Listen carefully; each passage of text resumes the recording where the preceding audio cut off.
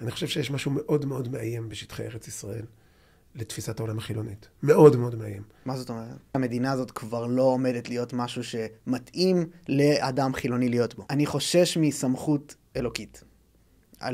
להחלטות. לכן אמרתי לך בתחילת הדברים, אני, או הקואליציה, או הציבור שבחר בי, מזכירים להם כן. שבאמת הם לא יודעים מה הם עושים פה אם הם לא קשורים ליהדות. החשש האמיתי שלך, של אנשים שאתה דיברת בשמם, זה שאתה תגיע למסקנה שאתה לא רוצה להגיע אליה. שהיא? כמו שאמרתי. עצם קיומו של אלוהים בעולם. זה מה שאני חושש ממנו. עם ישראל הוא העם שמעיד על קיומו של אלוהים בעולם. וככל שאתה מחובר יותר לעם ישראל, ככל שאתה מחובר יותר לארץ ישראל, וככל שאתה מחובר יותר לתורת ישראל, אתה יותר מעיד על קיומו של אלוהים בעולם. אני חושב שאין דבר כזה חילוני שחי פה. זהו. ולכן כשאתה אומר לי, לחילוני אין מקום, אני טוען, לחילוני אף פעם לא היה מקום, כי לא היה פה חילונים. אין פה חילונים. גם היום אין פה חילונים. אוקיי. חבר הכנסת שמחה רוטמן, מה שלומך? אתה יודע איך אומרים היום, בנסיבות, סביר, אבל ברוך השם. כן. דבר ראשון, כבוד גדול שאתה פה. אני ממש שמח לארח אותך.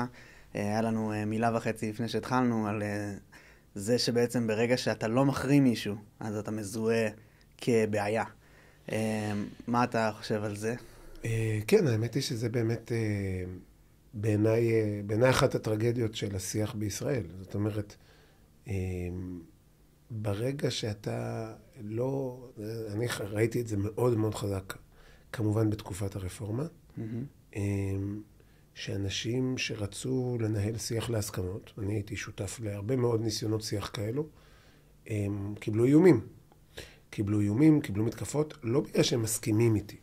גם זה לא לגיטימי, אתה יודע, לא לגיטימי שבן אדם בגלל דעותיו יותקף, יריבו איתו. אפשר להפגין, אבל להפגין זה לא להתקיף, זה לא להציק, זה לא להגיד שבן אדם לא יוכל להסתובב ברחוב או לשבת במסעדה. כן. זה לא להפגין, זה להציק. אבל הפגנות זה לגיטימי. אבל זה לא האירוע. הדיון כבר מזמן הפסיק להיות על השאלה מה העמדה שלך או מה הדעה שלך, אלא השאלה היא את מי אתה מחרים. ובשיח על הרפורמה, ישבנו בבית הנשיא לדבר, והיו הפגנות נגד הנשיא על זה שהוא רוצה לדבר עם הממשלה הנבחרת של העם, לא עם חס ושלום איזה קבוצת שוליים, עם 64 מנדטים. עכשיו, שיכול להיות שהם טועים, יכול להיות שהם צודקים, אני כמובן חושב שבעמדה צדקנו, וצודקים עדיין, זה לא שאלה. אבל ממתי זה לא לגיטימי לדבר, ממתי זה לא לגיטימי לנסות להגיע להסכמות. ברוך השם הרוח הזאת קצת ירדה. כן, אתה מרגיש ככה? בהחלט. מתחילת המלחמה בוודאי, בכורח הנסיבות. חבל שהיינו צריכים מלחמה כדי להבין שזה לגיטימי שאנשים ידברו אחד עם השני. אתה יודע שבכנסת, שתמיד היה ידוע שבכנסת, גם אם אתה לא מסכים, יש אווירה וחברות ושיח. במליאה, חברי כנסת היו אומרים, אני לא רוצה לדבר עם נציג מהקואליציה, או איתי, גם ברמה האישית וגם עם אחרים, כי יצלמו אותנו ויראו שאנחנו צוחקים, או שאנחנו זה, וזה ישרוף אותי, אני לא אוכל ללכת להפגנה בקפלן. עכשיו, אני אמרתי לעצמי, אם התנאי שאני אלך להפגנה של המחנה שלי, היא שאני לא אדבר עם הצד השני, אני לא אלך להפגנה הזאת. וברוך השם, אני אף פעם לא הייתי במקום הזה, לא לפני, לא אחרי, לא תוך כדי הרפורמה. זה פחות קיים, אני חייב לומר, זה פחות קיים בציבור הימני. הגישה הזאת. אנחנו, דבר ראשון, בנוגע לרפורמה, נכון, לא נכון, ודברים כאלה, אנחנו עוד נגיע. מן הסתם עוד נדבר, לכן אומר, זה לא העניין. בדיוק. דבר שני, גם בנוגע למלחמה, אני אשמח לשמוע עוד. רק בוא נתעכב שנייה על הדבר הזה שאתה אומר עם החרמות, זה ממש מעניין. זאת אומרת, אני לא מרגיש שזה ירד בתקופה האחרונה. אני אישית מקבל אש על אנשים שאני לא מחרים, ואני חושב שהדרך אתה יודע, אפשר לקרוא לזה גאולת ישראל, אבל גם, אתה יודע, מי שלא מאמין באופן הזה, אלא יותר מטריד אותו הקרע בעם ואחדות ודברים בסגנון, הדרך לשם היא דרך שיח. גם אם אנחנו לא מסכימים, אני חושב שהדבר הכי נכון בעת כזאת היא לשמוע את כל הצדדים. תראה, אני ודאי שאני מסכים, אבל אני חושב שזה ירד. תראה, יש לנו בעיה. לנו, אני אומר כרגע, לצורך העניין, לך ולי. ואולי לאלה שצופים בנו, בוודאי הצופים הראשונים, מה שנקרא. אנחנו חיים בעולם של רשתות חברתיות. וברשתות החברתיות, השנאה והכיתוב מקבלים חלק לא פרופורציונלי מהחיים. לא פרופורציונלי. אני יכול לראות את זה בציוצים שאני כותב, אני יכול לראות את זה בסרטונים שאני מעלה. אם אני אעלה סרטון שהוא נחמד ונעים, ואפילו מצחיק, הוא יקבל תפוצה די רחבה, בכל זאת יש לי נוכחות ברשתות החברתיות, אבל הוא יקבל תפוצה. אם הסרטון יהיה עם הבעת כעס או ביקורת חריפה על הצד השני, אפילו אני לא מדבר על מילים בוטות. אני משתדל לא להשתמש במילים בוגד, נאצי, וזה דברים שרצים ברשתות, אני לא משתמש בהם כמובן, משתדל, לא זכור לי שאני עושה את זה, אבל אפילו עם ביקורת חריפה, אז זה יעוף ברשת הרבה יותר. האלגוריתם של הרשתות החברתיות גורם לזה שאנחנו נחשף להרבה הרבה יותר שיח כזה. עכשיו, צריך לקחת את זה בפרופורציה. אתה חושב שזה לא באמת השיח? אני יודע שזה לא באמת השיח. שוב, אני חש את הרחוב.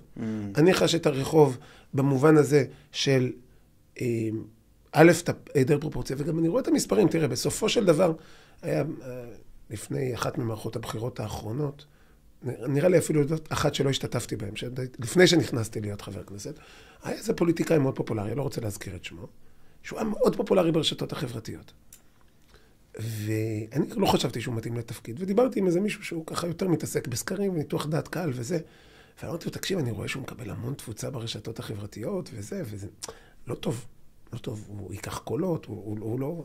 אז הוא אומר לי, תקשיב, יש לבן אדם הזה 5 מצביעים ואתה מכיר את כולם. רק אתה מכיר את כולם כי הם מאוד קולניים ברשתות החברתיות. הבנתי. הם מאוד חדים, הם מאוד נוקבים. אז הדברים שלהם מקבלים הרבה מאוד תפוצה.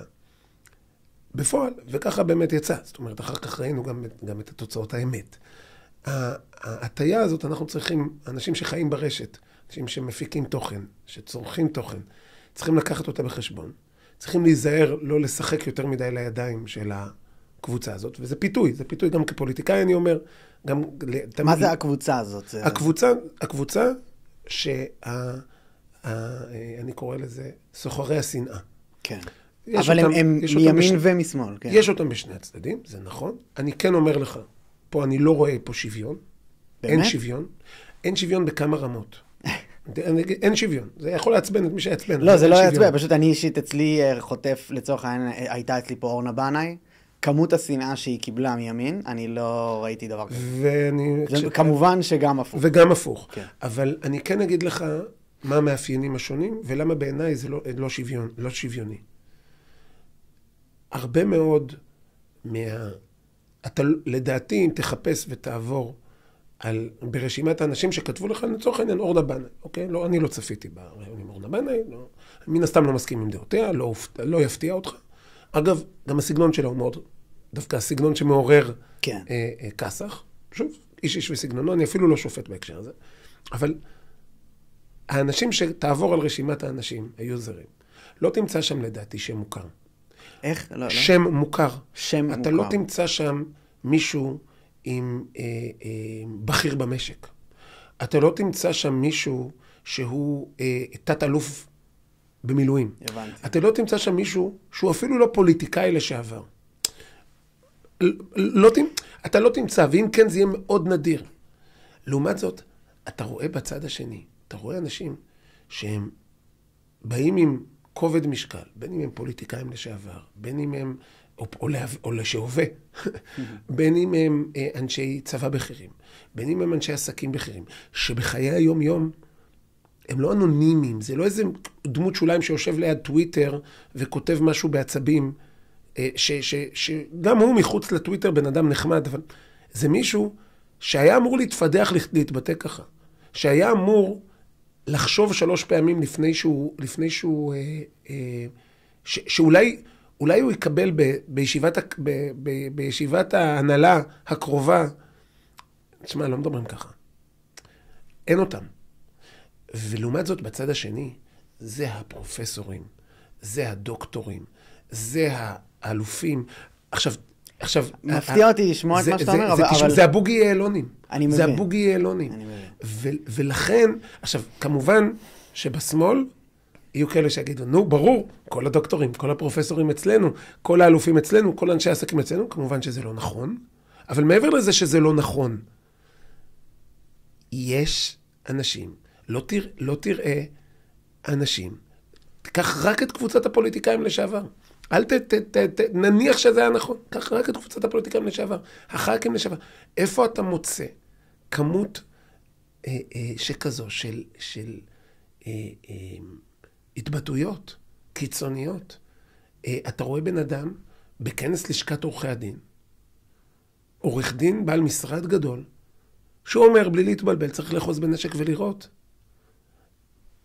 עליי, כאילו, עליי, על הבוחרים שלי. אין לי מקבילה לזה בכלל. מפתיע אותי לשמוע את מה שאתה אומר. בגלל המקום שאתה נמצא בו. אני אישית לא...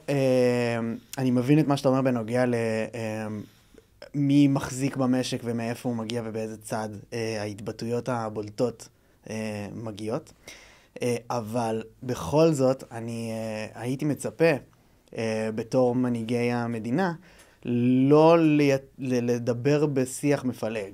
וזה משהו שאני שומע פה, וחבל לי, ורק אני... שיח מפלג? חלילה, מה שמעת ממני מפלג? בעצם צורת ההתבטאות שבה אתה מתאר צד אחד כיותר אלים. רגע, בוא, זה דווקא חשוב לי. רק אני אסיים רק את הנקודה ברשותך, שאתה יודע, הרצח הפוליטי האחרון כן הגיע בכל זאת ממחנה הימין, ואנחנו, אני לא... להגיד את המשפט הזה זה שיח מפלג? בעיניי לא. לא, למה? כי אני מנסה לייצר מקבילה בין הצדדים. אז למה להגיד? אני כן מסכים עם מה שאתה אמרת, שיש עכשיו קולות כאלה מצד שמאל, וזה מטריד וזה...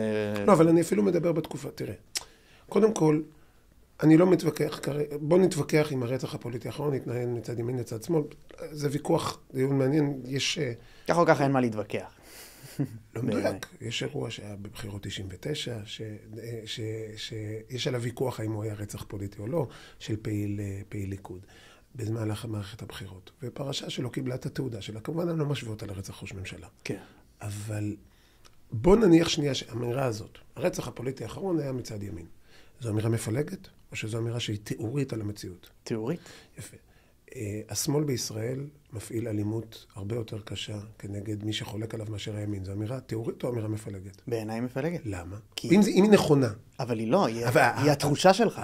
שנייה, אז עכשיו הוויכוח בינינו צריך להיות לא על האמירה אם היא מפלגת או לא, אלא אם היא נכונה או לא. כי אם היא נכונה היא לא מפלגת, או שאולי כן. אני מנסה להבין את ההגדרה שלך למה נחשב מפלג. אם זה נכון, אפשר לבדוק את זה. אפשר להתווכח, אפשר להביא טיעונים לכאן ולכאן. למה זה מפלג? עצם ההשוואתיות. אז למה להגיד הרצח הפוליטי האחרון היה מימין זה לא מפלג? אני לא הגעתי שוב, המטרה שלי... אני זורם. אני חשבתי שזו אמירה חשובה. למה זה לא מפלג? מטרתי אינה לתפוס אותך או משהו כזה. לא, אני באמת מנסה להבין את הטיעון. אני מנסה לחדד אותו באמצעות השיח בינינו. אני מנסה לחדד אותו. אני אשמח להבהיר את מה שאני התכוונתי, יש דברים שקורים בפועל במציאות, אוקיי? כמו לצורך העניין רצח ראש ממשלה, ויש תחושה שהיא, אתה יודע, הסטטוס קבוע, האקלים של השיח. עכשיו, זו שאלה מציאותית? זו שאלה מציאותית או שאלה של תחושה? להגיד עכשיו, היה רצח ראש ממשלה בישראל, זה עובדה. כן. הרוצח פעל ממניעים, תקרא להם מימין לשמאל, זה גם עובדה. כן. כאשר חבר כנסת מימין מגיע לאוניברסיטה, מוזמן לעשות שיח באוניברסיטה, הוא לא יכול לדבר. זו עובדה? זו עובדה. יפה. כאשר חבר כנסת משמאל יוזמן לדבר בבית כנסת, הוא יוכל לדבר. זו עובדה? אבל למה בית כנסת זה המקבילה ל... אני שואל, לעומת אוניברסיטה, בית כנסת בהתנחלות. אם יוזמן, זו שאלה עובדתית. אני מבין, בוא נבהיר רק את הנקודה שאתה מנסה לתאר. בוא נניח שלצורך העניין, אוניברסיטת תל אביב נחשבת מעוז השמאל. גם הנימוקים של האלו שתקפו היו שמאל, גם הפרופסורים באוניברסיטה, גם נשיא האוניברסיטה התבטא בצורה פוליטית מהשמאל נגד הימין. זה לא איזה ניתוח. הבעיה שלי היא עצם זה שאנחנו עכשיו עושים השוואה מצד יותר... אז למה כשאתה עושה את זה על רצח פוליטי זה... אבל אני עשיתי את זה כתגובה למה שאתה אומר. מטרתי אינה לעשות את זה. מטרתי לאחד את השיח ולהגיד, יש לנו בעיה של אלימות שגוברת בין הצדדים. אבל בשביל לאחד את השיח אנחנו צריכים לזהות את הבעיות. הבעיה היא בשמאל? אני לא אומר שהבעיה היא רק בשמאל, אבל אם אנחנו לא נזהה את הבעיה, שהתחלנו איתה, שאלה גם הסכמנו, זה ההחרמה. האם החרמה קיימת בימין כמו שהיא קיימת בשמאל? כן, בעיניי. אז זה דבר שצריך לבדוק, אם זה נכון. למה אם זה אכפת נכון או לך? לא, אולי זה נכון או לא. כי אם הבעיה לא קיימת בימין, או כמעט ולא קיימת בימין. אתה מאמין שהיא לא קיימת בימין? אני אומר, אם היא לא קיימת, או כמעט ולא קיימת בימין. אוקיי. אז אולי אם אנחנו ננסה לפתור את הבעיה הלא נכונה. בוא נבדוק, בוא ננהל את הדיון הזה. והדיון הזה יכול להתנהל. מה הוא תורם? אז אני מסביר לך, כי אם הבעיה לא קיימת, אם לאירועים של הימין, אם באירוע של הימין, שיש ארגון ימין שמנסה להרים אירוע, והוא יזמין איש שמאל לדבר, הוא לא יצטרך לסדר סידורי הבטחה מיוחדים. הוא לא יצטרך. הוא לא יצטרך לדאוג שיהיה מישהו שירחיק בן אדם שלא יבוא ויתנפל במכות ובצעקות על הדובר השמאלני, שהוא הזמין כדי להציג את שני הצדדים. זו המציאות. ולעומת זאת בשמאל אני אצטרך להיכנס עם הבטחה חמושה כשיזמין אותי לאיזה מקום בשמאל. ואני אתייחס לזה כאילו הבעיה היא, יש איזו בעיה כללית כזאת. אני מתפותר את הבעיה הלא נכונה. אני לא מתמודד, אני יוצא מעיניים אל מול התמודדות מול הבעיה. זה כמו שלבוא ולהגיד להבדיל אלפי הבדלות. אתה יכול להסתכל על העימות, אני לא רוצה להסתכל על העימות בינינו לבין הערבים. זה טעון, נכון? עימות שאנחנו קצת יותר רחוקים ממנו. רוסיה ואוקראינה, אוקיי? אתה מגבש עמדה כצופה מהצד, מי התוקפן? יכול להיות שאתה פרו-רוסי, יכול להיות שאתה פרו-אוקראיני, אני לא יודע מה עמדתך, לא שאלתי אותך על זה. יש גם אמת ושקר בהקשר הזה. יכול להיות שפוטין התחיל, יכול להיות שזלנסקי, זה לא מעניין. אותי, כרגע, לצורת הדיון, זה לא מעניין. אבל אם אני הגעתי למסקנה שהבעיה היא התוקפנות הרוסית, אם זו הבעיה, ואם אני אבוא ואגיד, חבר'ה, תקשיבו, הבעיה היא בשני הצדדים. כל אחד צריך להירגע. כל אחד זה. אז אני עושה מעשה עוול. כי רוסיה תקפה את אוקראינה, ולהפך. כנ"ל אם אני הפוך, אם אני בא מהכיוון האוקראיני, ואני חושב שאוקראינה הייתה לא בסדר, ואז אני אומר, כולם צריכים להירגע. אבל רוסיה תבוא ותגידי, מה זה כולם צריכים להירגע? אני יצאתי למלחמה הזאת, כי אוקראינה פגעה במיעוטים הרוסיים שלה, ואני באתי להגנתם. הם לא יקבלו את הטיעון הזה, זה לא באמת ירגיע את השיח אם אני אנסה להיות מהאום, מה שנקרא. צריך לבדוק מה הבעיה באמת. עכשיו, יכול להיות שהבנת שורשי הסכסוך הרוסי-אוקראיני דורשת השקעת זמן, דורשת השקעת משאבים. אבל אם אני רוצה לפתור אותו, בטח אם אני רוצה לנסות להרגיע אותו, אני חייב להשקיע את הזמן, ולבוא ולהגיד, peace and love, כולם אשמים, let's all be nice, לא פותר בעיות, הוא רק מחריף אותם. אז אוקיי, אז דבר ראשון, חשוב לי להגיד שאני לא אומר במילותיי פה, אני לא תופס פה את הצד שאומר שהימין יותר תוקפן מהשמאל. אוקיי? זה חשוב שלי. ברור, זה בסדר. אז סבבה, רגע, אני רק כן אגיד שלצורך העניין יאיר לפיד מגיע אליי לפודקאסט, האש שהוא חוטף לא סימטרית עם האש שאתה תחטוף כאן אצלי בפודקאסט, אוקיי? מי יחטוף יותר? יאיר. מה פתאום? אצלי, בהרבה. אז אני אומר, אתה מדבר על רשתות חברתיות. אז שנייה, לא. אתה מדבר על רשתות חברתיות. אבל אתה עושה מזה משהו שהוא... לא, על מה אתה מדבר? לא, איפה אתה חוטף פה? אז אני אומר, ברשתות החברתיות, אני חושב, זה באמת בעניין בעיני המתבונן, גם קצת קשה מאוד לחמת את זה, כל אחד רואה את הפיד שלו. זה חלק מהבעיה של רשתות חברתיות, זה שכל אחד יש לו את הפיד שלו. יכול להיות שבפיד שלך יש יותר ימין, יותר שמאל, ולכן אתה תקבל יותר אש לא, אבל בפועל יש יותר ימין בשיח כרגע. השמאל ממש הולך ונעלם. יאיר לפיד זה 8 מנדטים כרגע. לכן אני לא מדבר עכשיו על כמות. לכן אני לא מדבר על כמות. מפריע לי רק שאני לא הצלחתי להעביר את הנקודה שלי. סליחה. הפואנטה שאני מנסה, הסיבה שאנחנו מתעכבים על הנקודה הזאת ולא ניגשים לעניין, והדברים שאני עוד חשבתי שנדבר עליהם, וזה בסדר, כי אתה הבאת פה משהו מאוד חשוב, ואני גם, זה מאוד מעורר, זה שאני לא רואה את הערך בזה שאתה מציג את כך שהשמאל יותר מאיים מהימין, אלא אם כן, המטרה שלך היא, אתה יודע, פוליטית, זאת אומרת, לגרוף את קולות הימין, לשלהב נגד השמאל. ממש לא. המטרה שלי היא להתמודד עם הבעיות שמאיימות על מדינת ישראל.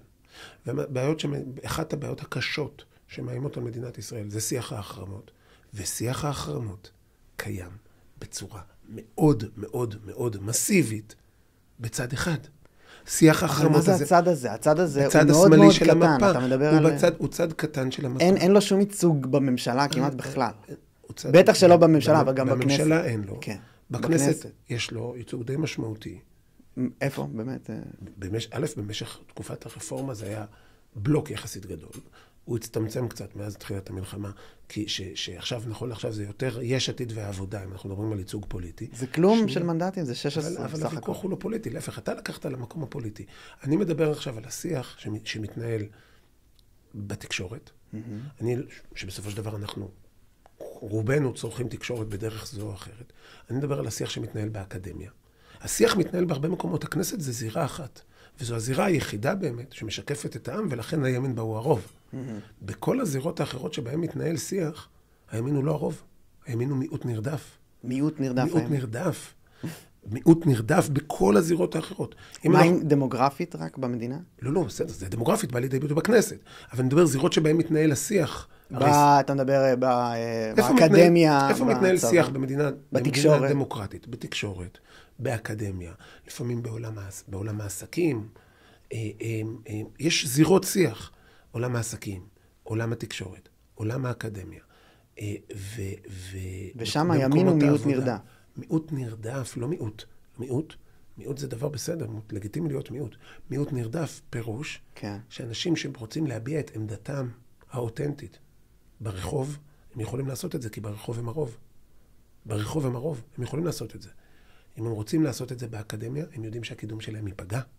הם יודעים את זה, הם לא מדברים. אם הם רוצים לעשות את זה, אתה יודע, אגב, אחד התועלות הגדולות ביותר שיצאו כתוצאה מהרפורמה ומהממשלת ימין על מלא, מה שנקרא, זה ההתחזקות של ערוץ 14, ופתאום אנשים הרגישו שהם לא היחידים, הם לא בודדים. הם היו, אנשים ישבו מול ערוצים 12 ו-13 ו-11, יושבים בבית, ואומרים, לא הבנתי, אני משוגע היחיד פה, כל האולפן מביע עמדה שהוא נגדי, הוא מדבר נגדי, הוא לא מדבר אפילו נגד נבחרי הציבור שלי, הוא מדבר נגדי, נגד העמדות שלי, נגד הערכים שלי, הוא מזלזל בי. ואני יושב פה לבד מול המסך. וככה השיח הזה התנהל בהרבה מאוד בתים. ואז פתאום אנשים הבינו, עברו איזה קו, ראו שהפער הפך להיות גדול, הם העבירו לערוץ 14, פתאום, עכשיו, ערוץ 14, יש לו את היתרונות, יש לו את החסרונות, אבל פתאום הם שומעים את הדעות שלהם על המסך, הם קוראים את הדעות שלהם בספרים, כי יצא ספר, כמו מפלגת בגץ. או מדוע אתה מצביע ימין ומקבל שמאל, הספר של ארז תדמור. ואנשים באים ואומרים, אוקיי, מה לא בסדר? מה לא בסדר? שלמרות שאני רוב, אני מצביע לכנסת, אני מקבל את הגושפנקה בכנסת שאני הרוב המוחלט נגד מדינה פלסטינית, אוקיי? כך נושא פשוט של מדינה פלסטינית. 80 ח"כים נגד מדינה פלסטינית, הצבענו בכנסת. 80 ח"כים. ובן אדם אומר, אני לא מכיר אף אחד שתומך במדינה פלסטינית, בכל הסביבה שלי. לא מכיר בן אדם כזה. הוא לא קשור גם אם אני חילוני, גם אם אני מסורתי, גם אם אני דתי, ודאי אם אני חרדי. אני לא מכיר אף בן אדם שאומר, וואלה, מדינה פלסטינית זה רעיון טוב. זה מיעוט נרדף דמוגרפית. זה כלום. זה מרץ פינת העבודה, שאומרים אנחנו בעד מדינה, זה כלום. בדיוק. ואז אני פותח מסך, פותח מדליק. ואת מי אני רואה שם? את כולם ואת עמית סגל. כל הדוברים ב-12, 13, 11, כשמעלה הסוגיה של מדינה פלסטינית, לא רק אומרים שהם בעד מדינה פלסטינית, הם מתייחסים לעמדה שלי, האותנטית, ההגיונית, המגובה, שאני מתנגד למדינה הפלסטינית, שאני חושב שהסכמי אוסלו זה הדבר הכי נורא שקרה למדינת ישראל, שאני חושב שההתנתקות הייתה אסון שהביא אלינו את 7 באוקטובר. אני חושב את כל הדברים האלו, הם מתייחסים אליי לא כעוד עמדה, הם מתייחסים אליי כמיעוט שולי והזוי. ככה הם מתייחסים אליי. אני קורא את העיתונים, הם מתייחסים אליי כמיעוט שולי והזוי. והדיסוננס הזה מטריף אנשים. בעיניי, החולשה הגדולה ביותר של הימין כרגע, היא הקיפוח הזה, תחושת הקיפוח. תחושה או הקיפוח? הקיפוח עצמו... יש לי המון בעיות עם תחושת קיפוח. כן. אני נגד תחושת קיפוח. אבל אם יש קיפוח, צריך להכיר אותו. כן, אני חושב שכל מה שאתה יודע, גם בסופו של דבר, אני רוצה שנדבר על הרפורמה ועל כל מה שקרה שם, וגם על המלחמה והכל, פשוט הכל, אני מצליח להסביר לעצמי דרך הדברים שאתה אומר. אני מייצג את הרוב. את הרוב, כן, שמרגיש כמו מיעוט נרדף. אני מייצג את הרוב, שלמרות שהוא רוב, את התפיסות שלו, את המדיניות שלו, את החשיבה שלו, ברוב הפורומים שנחשבים ושמקבלים החלטות משמעותיות מאוד על החיים שלנו, כן. הוא מיעוט נרדף. הוא לא בתחושת מיעוט נרדף, הוא מיעוט נרדף. עכשיו זה אמפירי, זה לא תחושה. אל תדבר איתי על תחושה. תחושה, להגיד תחושה זה מתנשא. זה מתנשא? כן. כי זה כמו להגיד לך אם היה לנו ויכוח, תחשוב על ויכוח בין לבנים לשחורים בארצות הברית, ולבן היה אומר לשחור, תשמע, אתה בתחושת קיפוח. לגמרי, אבל זה קורה וזה נכון. אבל אתה בתחושת קיפוח או שאתה מקופח? לצורך העניין היום, יש הרבה ייצוג של אנשים שחורים באירופה, בארצות הברית, שיש להם תחושת קיפוח, למרות שבפועל במציאות אין הרבה קיפוח. אבל לקיפוח יש פנים, כשבסופו של דבר בן אדם מגיע למקום עבודה, והדברים האלו גם מדידים, הרי יש קורות חיים, ויש עם תמונה ובלי תמונה, דברים אלו נמדדו, כן. שכשבן אדם מגיש קורות חיים עם תמונה, או עם שם שהוא במובהק שחור, הוא יקבל פחות הצעות, טלפונים חוזרים, הדברים האלו נמדדו בארצות הברית, הקיפוח של שחורים בארצות הברית הוא לא פיקציה, הוא לא תחושה. נכון, יש גם תחושה, ויכול להיות שהתחושה היא יותר גדולה מהמציאות, זה גם נכון. אבל יש קיפוח, ואסור להתעלם ממנו. אבל עצם זה שהם ימשיכו לדבר, וזה טוב שזו דוגמה דווקא ממש מעולה, יש רעיון ממש... אבל אם אתה תגיד להם את זה, אתה תחשב גס רוח ומתנשא. אני בחיים לא אגיד להם דבר כזה. אבל רגע, אתה קוטע אותי הרבה, ואני לא בטוח שאתה מבין את מה שאני אומר עד הסוף. סליחה. שיש רעיון מפורסם של מורגן פרימן, שבו, אני מניח שאתה מכיר אותו, אדם שחור מפורסם בתחום הבידור, זאת אומרת, תעשיית הקולנוע, והוא... שואלים אותו, מה אנחנו יכולים לעשות כדי להפסיק עם הרייסיזם, עם הגזענות היום כלפי שחורים. הוא אומר, עצם זה שאתה שואל אותי את זה, מנחיח את זה יותר ממה שבפועל יש את זה במציאות.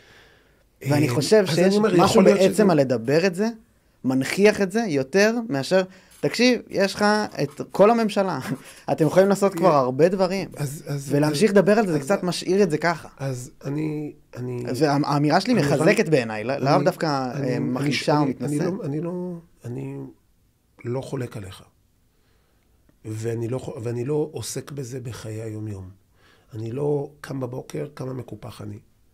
אם תרצה, אני בתחושת ישראל הראשונה. אני לא בתחושת ישראל השנייה, למרות שאני כנראה מישראל השנייה, כי אני לא מפאיניק. כנראה שהמשפחה שלי והסבא שלי לא קיבל עבודה, כי הוא לא הסכים לקחת כרטיס אדום. בסדר, זה לא משנה. ואני פה בארץ, כל פעם שמישהו אומר לי, ישראל הראשונה, ישראל השנייה, אני אומר ישראל, אני ישראל אפס. המשפחה שלי פה מ-1914. אני עוד לפני הרבה מאוד אנשים שהם ישראל הראשונה. זה לא משנה. בדיוק. זו הנקודה שלי. אבל בדיוק, ועדיין, מה שנקרא, אם הכל כל כך טוב, למה הכל כל כך רע? איפה הכל כל כך רע? שוב, דיברנו קודם על דוגמת מדינה פלסטינית. אפשר לדבר על דוגמה אחרת. ושוב, זה אפילו לא עניין של גבולות הקואליציה הנוכחיים. בסדר? כי זה לא עניין של 64 מנדטים. אני בכנסת הקודמת, אתה יודע, בזמנו, תקופת הרפורמה, כחלק מהיעדר המוחלט של הימין בתקשורת, למעט חריגים בודדים. זה כמו להגיד, מורגן פרימן מצוין. אז יש את מורגן פרימן ולנו יש את עמית סגל שלנו. בסדר. אבל בסופו של דבר מורגן פרימן הוא אחד. רוב השחקנים המצליחים הם לא מורגן פרימן. הם גם לא שחורים. אבל בסדר. אז לנו יש את עמית סגל שלנו, את המורגן פרימן שלנו. אבל הרוב לא. כחלק מהנוכחות האדירה וחוסר הנוכחות של הימין בתקשורת. הצליחו לייצר לי תדמית של מישהו שלא רוצה להגיע להסכמות, של מישהו כוחני. עכשיו, במקרה, או שלא במקרה, בכנסת הקודמת, וגם בכנסת הזאת, רוב הדברים שאני עושה בהסכמות קואליציה-אופוזיציה. בכנסת הקודמת הייתי היחיד שהצליח להעביר חוק בהסכמת קואליציה-אופוזיציה. מכל הכנסת הייתי מהאופוזיציה. כן. והבאתי את החוק האזרחות, והבאתי אליו הסכמה, למרות, אם אנחנו מדברים על שיח אלים ומפלג וכדומה, כשהחוק שלי הוצג בתור הצעת חוק פרטית בכנסת, יאיר לפיד, אז ראש הממשלה החליפי, ראש המפלגה הכי משמעותית וגדולה בקואליציה, אומר, אנחנו בחיים לא נתמוך בחוק הזה, כי מבחינתי הציונות הדתית, שמחה רוטמן, כמו בל"ד. מה שנקרא שיח... מפלג.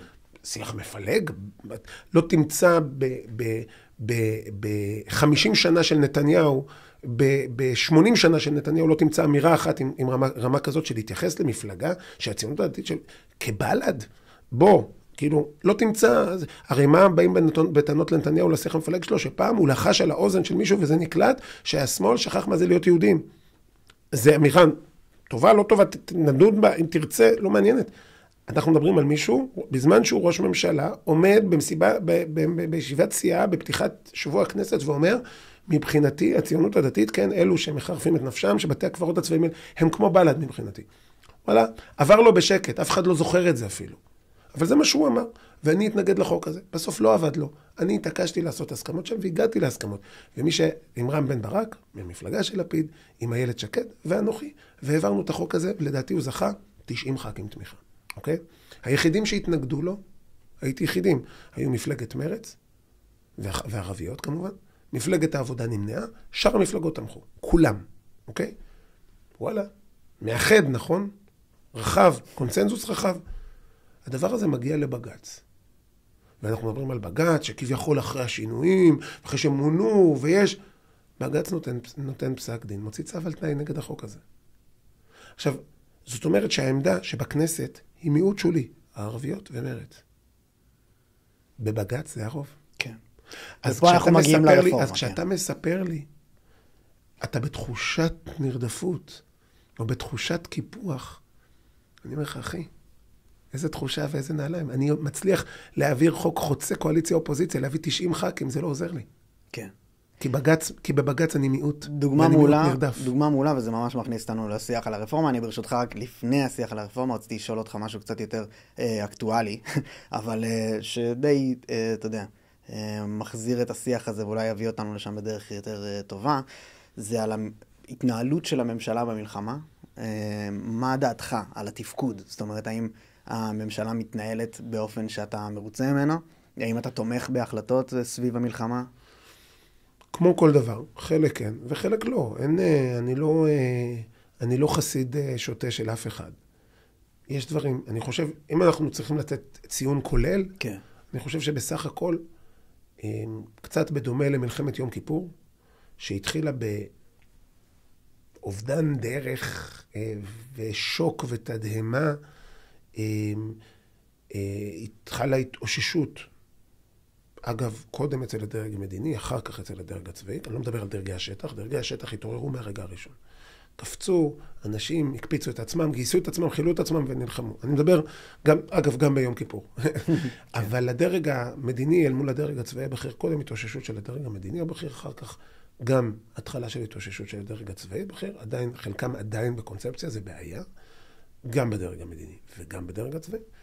אבל בגדול, אם מישהו היה מספר לי או לך שלפני שנתיים, שבעוד שנתיים חיזבאללה לא יהיה פקטור משמעותי בהחלטות שלנו, למשל, אם לתקוף באיראן או לא לתקוף באיראן,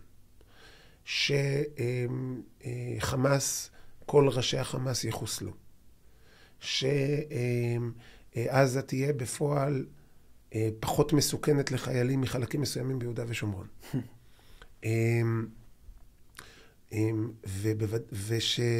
ושצה"ל יצליח לעשות את זה ביחסית, שוב, אירועי 7 באוקטובר, כמובן, משנים את המשוואה, ואני רוצה להזכיר לך שכשדיברו על מלחמה פול סקייל מול החיזבאללה, הכותרות, ההפחדות, דיברו על 15,000 הרוגים. אזרחים וצבאים. אני אומר, גם אם תכלול את אירועי 7 באוקטובר אל מול חמאס וחיזבאללה, ותעשה מהכל חבילה אחת, מדינת ישראל הסירה בצורה די אפקטיבית את שני האיומים המרכזיים עליה, בהצלחות צבאיות כבירות. אוקיי. עכשיו, יש לנו חטופים שצריכים להחזיר אותם. יש לנו מפונים שכבר אוטוטו יכולים לחזור לצפון. כן? אתה רואה את זה, היו לנו אנחנו כבר תקופת זמן די ארוכה במצבת, היה לנו, לפני כמה זמן היינו מודדים את זה בשעות, כמה שעות אין אזעקות, עכשיו אנחנו כבר עוד שנייה מודדים בשבועות. כן, בגלל ההסכם אבל. ההסכם לא נחת מהשמיים, ההסכם הוא הסכם, וגם אחרי ההסכם, עם הביקורת שיש עליו, גם אחרי ההסכם, צה"ל תוקף כל פעם שהוא מזהה הפרה, זה לא כמו ההסכם של 2006, שאנחנו יצאנו ונתנו לאיזה כוח בינלאומי לשמור עלינו, צה"ל תוקף הפרות, תוקף ביעדים, וחיזבאללה לא יורה. היה ירייה אחת, ומיד טופל. עכשיו, שוב, זה לא מושלם, זה רחוק מלהיות מושלם, אבל כשאתה שואל אותי, האם המערכה מול החיזבאללה היא נחלה הצלחה? התשובה היא כן. כשאתה שואל אותי האם המערכה מול חמאס, אני לא עונה כן, בגלל שעדיין יש לנו חטופים. אני חושב שאנחנו צריכים לנהל את זה אחר, אני חושב שהנושא ההומניטרי צריכים לתת לו מענה אחר, אני חושב שסוגיית השטח צריך לתת לה מענה אחר, אבל עדיין, כשדיברו על כיבוש עזה, כמענה למתקפה בשומר חומות או בדברים האלו, מספרי ההרוגים שאמרו שיהיו לנו, האמירות של אנשי הצבא, אי אפשר לעשות את זה בלי שיהיו לך אלפי הרוגים, הוכחו כלא נכונות. צה"ל הוכח כחזק הרבה יותר, ועם ישראל יותר מצה"ל, הוכח כחזק הרבה הרבה יותר מאותו נאום קוראי עכביש מפורסם של החיזבאללה. כן. התברר שהאויבים שלנו הם הרבה יותר קוראי עכביש ממה שאנחנו קוראי עכביש. אז דבר ראשון, האם אתה רואה את זה כניצחון כרגע? אתה יודע, יש ניצחון ויש ניצחון מוחלט, ויש ניצחון חלקי ויש ניצחון יחסי. אנחנו לא... ניצחון יחסי. ניצחון יהיה כשנצליח להפעיל את הלחץ המספיק כדי שכל החטופים יחזרו לביתם. ניצחון יהיה כשלא יהיה אפילו נשק אחד בעזה. כן, אני מבין את התשובה שלך. אז שתי הדברים החשובים להבין בהמשך זה, אתה רואה את החטופים חוזרים, ובית האם אתה באמת רואה את המפונים חוזרים? מפונים חוזרים אני בהחלט רואה. אני חושב תראה, מגיעים אליי הערכות של כל מיני צווים שנדרשים בגלל מצב הטילים. הביאו אולי כל מיני דברים שקשורים לבתי הסוהר ואסירים וכדומה, מגיעים אליי לוועדה. הם הפסיקו להביא לי אותם. עכשיו, זה היה איזה חודשיים-3 שהביאו לי את זה כל שבוע בצפון. כן, אבל רק הבעיה הפסיקו להביא לי אותם. באיזשהו שלב, החיים חוזרים לשגרה, אין טילים, אפשר לחזור. כן. פשוט הביקורת הגדולה, ותכף אני אשמח שנגיע לחטופים, אז הביקורת הגדולה מימין על, אתה יודע, אפילו ממש באופן ישיר, יאיר לפיד, היה אצלי, קרא לעסקה, קרא להסכמים, קיבל על זה יש מטורף, ממש, ובעצם בפועל קרה מה שהוא אמר, ועכשיו אני שומע לא הבנתי איך קרה מה שהוא אמר. יאיר לפיד, תלוי באיזה יום יאיר לפיד אמר. בוא, יאיר לפיד אומר, יום אחד הוא אומר, למה לא כובשים את לבנון, ויום אחר כך הוא יגיד למה לא מגיעים לעסקה עם לבנון, והוא לא מרגיש את הבעיה בסתירות בין הדברים שהוא אומר. לכן יאיר לפיד הוא לא הדוגמה. אבל מול לבנון, גם אני חששתי וחושש מהסדרה שהיא בידיים של גורמים חיצוניים. ולכן, התנאי שלנו כמפלגה, התנאי של בצלאל, כחבר קבינט, היה שיהיה יכולת לפעולה עצמית, שהיא לא תלויה בצדדים אחרים. אני מבין את זה, אני רק אומר על ולכן ההסדרה בלבנון הובילה לכך שאנחנו תוקפים יעדים של חיזבאללה, גם ברגעים אלו, גם בשעות אלו. וחיזבאללה לא... אבל לא על זה אני מדבר, אני מדבר על בעצם עצם להשאיר גופים מסביבנו, שאתה יודע, ייקח להם 4, 5, 10 שנים, ההתעצמות תקרה והם יחזרו לתקוף. לא מקבל את זה. אתה לא מקבל. אני לא מקבל את זה במובן הכי פשוט של המילה. תסתכל מה קרה אחרי ההסדרה בלבנון ב-2006, תסתכל מה קורה אחרי ההסדרה בלבנון עכשיו, בשבועיים שאנחנו מדברים עליהם, בשבועיים שאנחנו מדברים עליהם. אז יצאנו, וכל פעולה הייתה צריכה תאום, מול יוניפיל, מול פה, מול שם. פה, קודם כל אמרנו 60 יום אנחנו נשארים בשטח, בכלל לא מפנים. זאת אומרת, אחד, אנחנו תוקפים, אנחנו לא נותנים לאנשים לחזור, אנחנו לא נותנים לחיזבאללה לבנות תשתיות, ואנחנו פועלים עצמאית. משהו השתנה בשיטת הפעולה של מדינת ישראל. התפקיד שלנו לוודא שזה נשמר. אבל אם המחשבה הייתה של מישהו, אני לא יודע של מי, שאנחנו נסיים את המלחמה הזאת, כשאנחנו כבשנו את כל מדינת לבנון, כבשנו את כל סוריה, כבשנו את כל רצועת עזה, וגם כבשנו את כל איראן. אם זו הייתה מחשבה של מישהו, זו מחשבה לא ריאלית. אני לא מדבר על לכבוש, אני מדבר על הסרת איום באופן... אבל הסרת איום היא תמיד זמנית, עד שמישהו בונה איום חדש. אין פה, אם אתה מדבר על הסרת איום הוא שר איום. אני חשבתי שהקונספציה שנשברת היא עצם הרצון בשקט. לכן אני אומר, הנה תראה, אין שקט, ברוך השם, יש הפסקת אש ואין שקט. יש הפסקת אש מול החיזבאללה, ומבחינתנו, זה לא שאנחנו אומרים, יש הפסקת אש, אז עכשיו אתם יכולים להתקרב לגבול עם דגל חיזבאללה ולעמוד לנו ולתצפת לנו על הבתים ולהכין שם תשתיות. לא יקרה. ואנחנו עושים את זה. צריך לוודא שזה נשמר, צריך לוודא שלא יהיה מצב שהרי כל פעם הנסיגות, על כל סוגיהם היו, אנחנו ניסוג, ואם רק יהיה כדור אחד שיראה, תראו מה נעשה. הרבה דיבורי רעב, ובפועל לא עשו כלום. פה אנחנו לא אמרנו דיבורי רעב, אמרנו, אנחנו מגיעים להסכמה, ואנחנו לא ניתן שיפרו אותה, ואנחנו לא נותנים שיפרו אותה. אבל אתה לא רואה איך אנחנו חוזרים למלחמה בעוד 4-5 שנים? אני לא יודע אם אנחנו נחזור למלחמה או לא נחזור למלחמה עוד 4-5 שנים. אני רק יודע שאם אנחנו לא ניתן לאויבים שלנו להתעצם בהפרה, כמו שאנחנו כרגע לא נותנים, אז אנחנו לא נחזור למלחמה עוד 4-5 שנים. אם אנחנו לא ניתן, אם אנחנו נתמכר לשקט, כמו שאתה אומר, ואנחנו נבוא ונראה הפרה מול העיניים ולא נטפל בה, אנחנו נמצא את עצמנו חוזרים למלחמה בנקודת מבט, בנקודת פתיחה, הרבה יותר גרוע. מה בנוגע לחטופים? בוא אני אשאל את זה אפילו בצורה שנותנת לך לעשות חסד עם עמדות המפלגה שלך והממשלה. האם אתם... אגב, אתה יודע שהעמדות שלי והעמדות של המפלגה שלי זה לא אותה עמדה. כן, אני מקווה. בעסקת החטופים הקודמת, אני התנגדתי. כן. כבר בנובמבר. כן. כן. לכן אני אומר, העמדות... אוקיי, מקבל את הסייג. בכל אופן, באופן אליך ישיר. האם אתה חושב שבעצם הממשלה והמפלגה, ואפילו אתה באופן אישי, עושים מה שאפשר בשביל להחזיר את החטופים? לא. לא. חד וחלק לא. מה עוד צריך לעשות ומה אתה חושב שצריך לעשות? למשל, חשבתי שאסור לעשות את העסקה הקודמת. אני חושב שהעסקה הקודמת גרמה למציאות שאנחנו נמצאים בה היום מול החטופים. כאשר אתה עושה עסקאות חלקיות, כאשר אתה מוכן לקבל את המציאות, מה פירוש עסקה חלקית? עסקה חלקית בעצם אומרת לחמאס, תחזיר לי אותם, ואת אלו אני מסכים שתשאיר אצלך. זה המשמעות של עסקה. בעצם מדינת ישראל הסכימה לחמאס להשאיר את החטופים אצלה. זאת אומרת, היינו צריכים להתעקש רק על עסקה באופן מלא. להגיד, או שאתה מחזיר לנו את כולם, או שכדברי השיר, חרבו דרבו על הראש שלך. אנחנו לא מנהלים משא ומתן עם השטן. אתה תחזיר לנו את כל החטופים, ואם לא תחזיר לנו את כל החטופים, המחירים יהיו כל כך בלתי נסבלים עבורך שאתה תחזיר את כל החטופים. אני מבין. זה העמדה היחידה, זו העמדה היחידה, ולכן מאחר ומדינת ישראל לא ימצא אותה. עכשיו, יש לי לימוד זכות למה לא עשו את זה.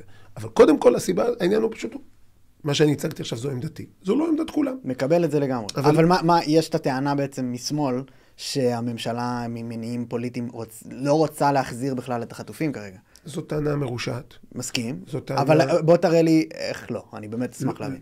שוב, הממשלה פועלת להחזרה. יש כמה אופציות פעולה. אופציית פעולה אחת, זה מה שאני אמרתי, נכון? לא מוכן לדבר איתכם בשום צורה שהיא. או שתחזירו את החטופים, או קצת טראמפ, קצת בשיטה הזאת, אם תשים לב לטקסט שלו, דומה קצת לשיטה שלי. עכשיו, בסדר, הוא לא אימץ את עמדותיי ולא דיברתי איתו על זה. כנראה שיש לנו גישה בסיסית בהקשר הזה לפחות דומה. בסדר?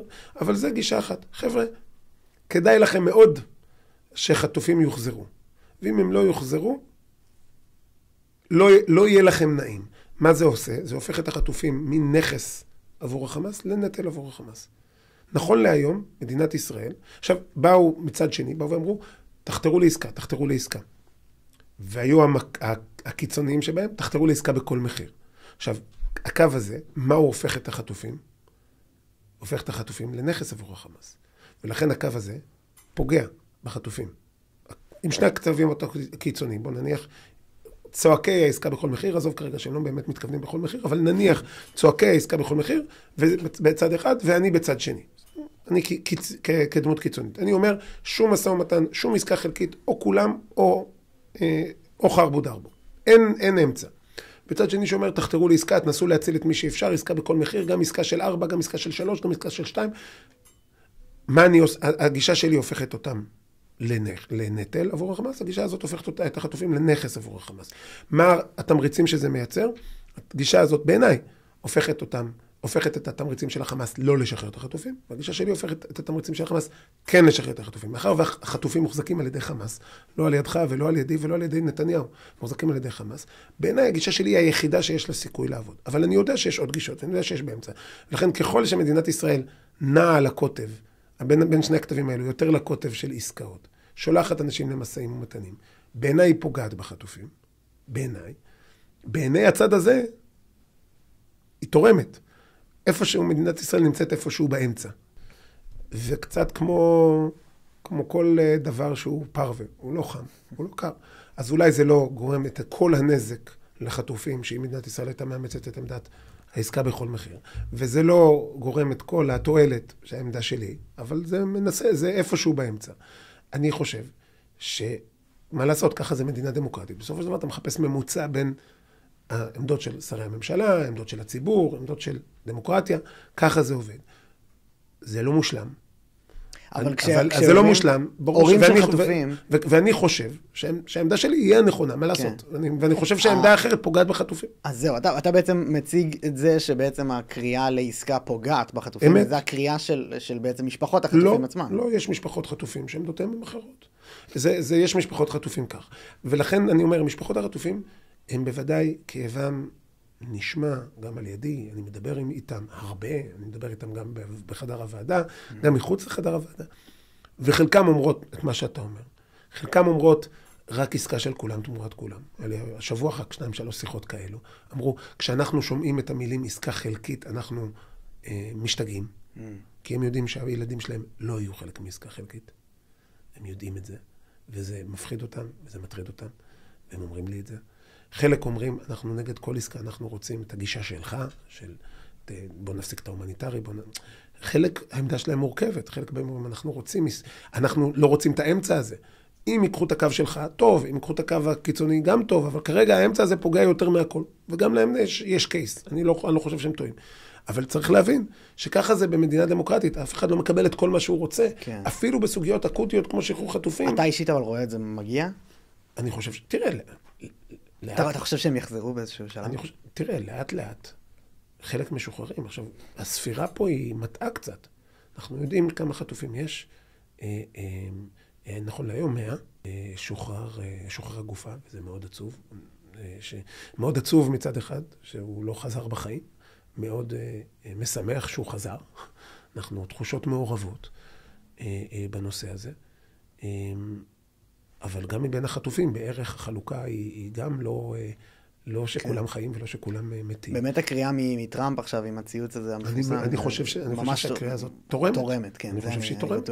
אני חושב שאם הקריאה הזאת הייתה קיימת יותר, גם בישראל, ואם גם, הרי גם מצד המשפחות, חלק ממשפחות החטופים שמדברים על עסקה בכל מחיר, אם הם היו מדברים על תחשיבו את החטופים בכל מחיר, ולא על עסקה בכל מחיר, הייתי איתם לגמרי. אני חושב שעסקה מסכנת חטופים. עכשיו, אני לא אתווכח בחיים עם משפחה. לא אבוא בחיים ואגיד לבן משפחה, צודק או טועה, גם כשהוא מסכים איתו, גם כשאני חושב שהוא צודק. אני אישית עכשיו הרבה יותר מבין את העמדה שלך, וזה לי עוזר להבין. אני ממש שומע הרבה את הקול הזה שאומר שהסמוטריצ'ים והבן גבירים לא רוצים להחזיר בכלל את החטופים, ולי זה עושה רע, כי זה באמת שיח מפלג, וזה הנחה לא נכונה. אני אגיד לך שאני הגשתי את העתירה נגד שחרור המחבלים בעסקת שליט. אני חתום על העתירה הזאת. כעורך דין. ואני כתבתי אז, ב-2011, שהשחרור הזה של כל המחבלים הללו בעסקת שליט, יהיה הפרה של המחויבות של מדינת ישראל לפי האמנה הבינלאומית למניעת השמדת עם ורצח עם. זאת אומרת, עכשיו, אני לא נביא, לא ידעתי שיש 7 באוקטובר, בתאריך 7 באוקטובר, אבל כן ידעתי שכאשר אתה עושה עסקה שבעצם הופכת חטופים לנכס עבור ארגון טרור, אתה מזמין את החטיפות הבאות. השחרור המחבלים בעסקת שליט, עכשיו אני עתרתי, מי שהיה אז הרמטכ"ל היה בני גנץ, מי שהיה אז ראש הממשלה, היה בנימין נתניהו. זה לא עניין של שמאל וימין. כן. אני חושב שכאשר אתה הופך חטיפה של ישראלי לנכס עבור ארגון טרור, אתה מזמין חטיפות, ואסור לעשות את זה. זה מסוכן לחטופים הקיימים ולחטופים העתידיים. אני מבין, ואני מקווה שאנשים... ואני רוצה לייצר מציאות, כן. שאם אנחנו כבר לא כל כך בעידן של חטיפות מטוסים, ההבטחה בשדות התעופה השתפרה, וזה פעם זה היה בשנות ה-70, בשנות ה-80, בשנות ה-60, היו חטיפות מטוסים. אבל בוא נניח שהיינו חוזרים חס ושלום לימים של חטיפות מטוסים. אני רוצה שמדינת ישראל תגיע למצב שאם אתה חטפת מטוס בינלאומי, ויש על המטוס אנשים מ100 מדינות שונות, הראשונים שישוחררו לפני כל דבר זה הישראלים. כי אנשים ידעו שאם בטעות הם ניסו לחטוף בכלל בורמזים, יפנים, לא אכפת לי את מי הם ניסו לחטוף. אם יש להם ישראלי חטוף, הם יודעים שכל אש הגיהנום תיפתח עליהם, הם לא ירוויחו מזה שום דבר. הכי טוב להם להיפטר מהחטוף הישראלי, כמה שיותר מהר להחזיר אותו הביתה, למה המציאות הזאת מסוכנת עבורם. כן. זה המשימה שמדינת ישראל צריכה לאמץ לעצמה, שהבן אדם האחרון שיחטף בעולם יהיה ישראלי. מקבל, וזה כן אמירה חזקה. אני אישית, יש לי ספק לגבי הכוח של ישראל בהקשר הזה, אבל זה כבר דיון אחר. אני ברשותך אשמח שנתקדם לרפורמה, וזה מחזיר אותנו גם לשיחה על הפילוג ועל התחושת קיפוח. מתנצל אם זה נשמע מתנשא, זה לא הכוונה שלי. האש שחטפת על הרפורמה, האם אתה מבין אותה? אני חושב ביקורת, אני מבין. את האש, אני חושב שהאש הזאת היא לא נגדי. אני לא חטפתי שום אש. לא חטפת אש? אוקיי. האש היא נגד הציבור שבחר בי. האש היא נגד הימין. האש היא נגד 64 מנדטים. האש היא אולי אפילו חלק מהדברים האלו. האש הזאת היא תוצאה של סתירה פנימית של האנשים שהפעילו את אותה אש. הם כועסים על עצמם. הם כועסים על, מנוכרים מחלק מהזהות שלהם, והם הוציאו את זה עליי, אבל זה לא, אני לא הפרסונה באירוע הזה. אוקיי, מפתיע אותי לשמוע את זה, אבל אני כן רוצה... ולכן גם כשבא בן אדם, לא נעלבתי מאיש, כי אני, היום במקרה מישהו כתב בטוויטר, דיברנו על השיח הזה, סוף סוף בן אדם אחד שכתב באמת את מה שהוא חושב, ולא, בדרך כלל מה הם כותבים. יכולים לרדת על התסרוקת שלי, או על האופי שלי, או על זה, או לקרוא לי בשמות. תבחר, רשימה ארוכה, הסתה לרצח כבר קיבלתי, ברוך השם מה שנקרא הכל. אבל בן אדם אחד סוף סוף כתב אמת. כתב, ארור הציבור שבחר בך. פעם ראשונה שבן אדם עם מספיק מודעות עצמית להבין, חבר'ה, אין לי שום דבר נגד שמחה רוטמן. נחמד או לא נחמד, או טוב או לא טוב. הוא עושה פוליטיקה. לא עושה פוליטיקה, חלילה וחס. הוא עושה את מה שהציבור שבחר בו רוצה. זה לא ההגדרה של פוליטיקה? לא מדויק. אוקיי. כן, להפך, בפוליטיקה הרבה פעמים אתה צריך לאזן בין מה שהציבור שלך רוצה לבין זה. הוא עושה את מה שהציבור שלו רוצה. הבנתי. הוא עושה את זה.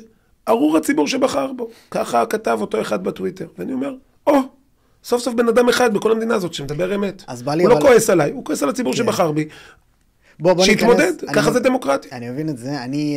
יש מצב שזה באמת הרגש בקרב מתנגדי הרפורמה. ממש אפילו שנאה כלפי מגזר. אני באמת מקבל את זה שזה אולי אופציה. אוכלי מוות. אוכלי מוות היא לא טובה. אני מייצג את אוכלי המוות. אבל בוא ניכנס לטיעון עצמו החזק שלהם לפחות.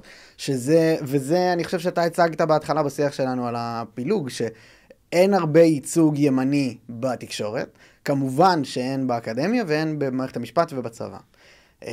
בקודקודים של הצבא. בקודקודים כמובן, בדרג הבכיר. לצערי בבתי הקברות הצציינים, הייצוג הלך וגדל. ברור, אם זה היה משתמע מה שאמרתי. כן, לא, ברור, חלילה, לא תופס אותך, אני אומר. כן, אוקיי, אז האנשים האלה, שהציבור, שאותם בכירים שמייצגים אותם, הם בעצם מייצגים את הציבור הזה, מרגישים שהמדינה חומקת להם מבין הידיים.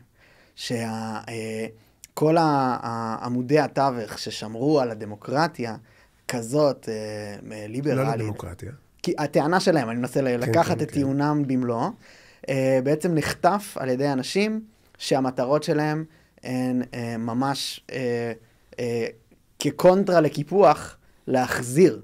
זאת אומרת, אם עכשיו יעלו אנשים בשמאל לממשלה, וישנו את החוקים, חוקי הדת במדינה ודברים כאלה, כאצבע בעין. זה התחושה של אותו ציבור שמתנגד לרפורמה. האם את זה אתה בעצם מקבל, למרות שלא קיבלת אש, אתה אומר באופן אישי? קיבלתי המון אש, פשוט לא לקחתי את זה אישית. אני מבין את הפחד, אני מבין את החשש. אני לא חושב שהוא לגיטימי. לא מוצדק, זאת אומרת. לא, מוצדק מאוד. החשש לא לגיטימי? החשש לא לגיטימי. מה זה אומר? כי מה זה בעצם אומר? אני דיברתי על דמוקרטיה, דיברתי על שלטון העם, דיברתי על הכרעות של מחלוקות וסכסוכים, כל זמן שזה עבד לטובתי. כל זמן שהתוצאה הייתה כמו שאני רוצה. ברגע שהתוצאה היא לא כמו שאני רוצה, אני שורף את המדינה. עכשיו, אני לא חושב שזה לגיטימי. אם אתה אדם שמאמין בתיאוקרטיה, שחושב שמה שצריך לשלוט במדינה זה צו האל. תפתח ספר, תפתח קוראן, תפתח תנ"ך, לא משנה באיזה דת אתה, תפתח ספרים של בודה, לא אכפת לי. ומה שכתוב שם, ככה, זה מה שצריך לשלוט במדינה. ולא משנה מה הציבור רוצה. אוקיי, אני מבין עם מה אני מתווכח. אוקיי, אתה יש לך את הדת שלך, לי יש את הדת שלי, או שתנצא למלחמה, או שאני אקנה לך, לא יודע, או שאתה תקנה לי, אבל מבין את האירוע, מבין את המשחק.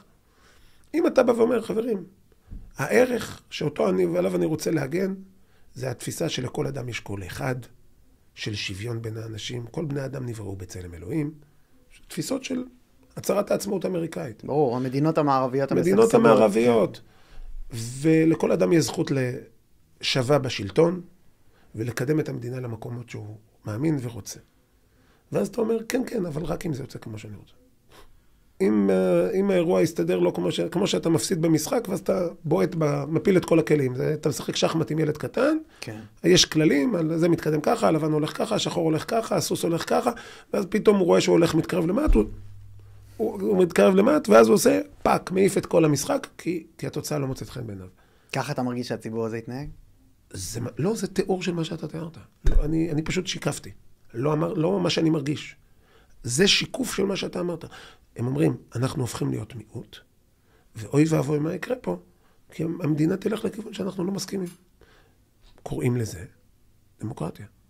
המדינה הלכה לכיוון שאני לא מסכים אליו, במשך הרבה שנים. חלק מהשנים הייתי מיעוט, חלק מהשנים אני רוב. בנושאים מסוימים אני מיעוט, בנושאים מסוימים אני רוב. לא בכל העמדות שלי אני רוב. כמו שראית, בנושא שחרור החטופים אני מיעוט, אפילו בתוך המפלגה שלי.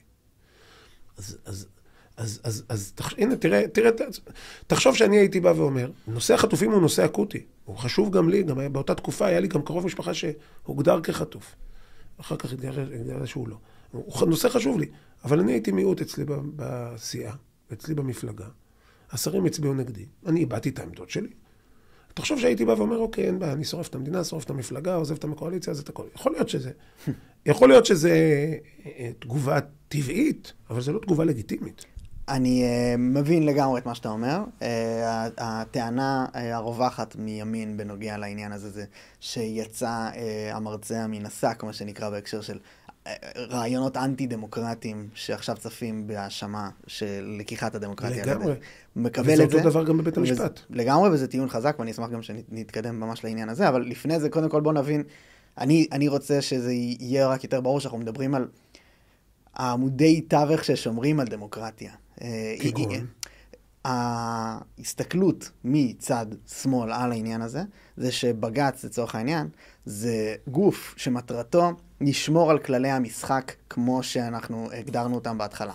אוקיי? כי אם עכשיו אני אתקבל, אתה יודע, נתת דוגמה עם משחק עם אנשים שאני לא מקבל את מה שקורה, אני מעיף את כל זה, אבל בעצם לבוא ובעזרת הקולות שקיבלתי מהציבור שהן לגיטימיים לחלוטין, ובשם הדמוקרטיה, לשנות את עצם הדמוקרטיה של המדינה, זה כן משהו שצריך להתקומם נגדו. נכון, לצורך העניין, אם הכנסת הייתה באה ואומרת, מעכשיו אין בחירות. לדוגמה. ודאי. זה חשש.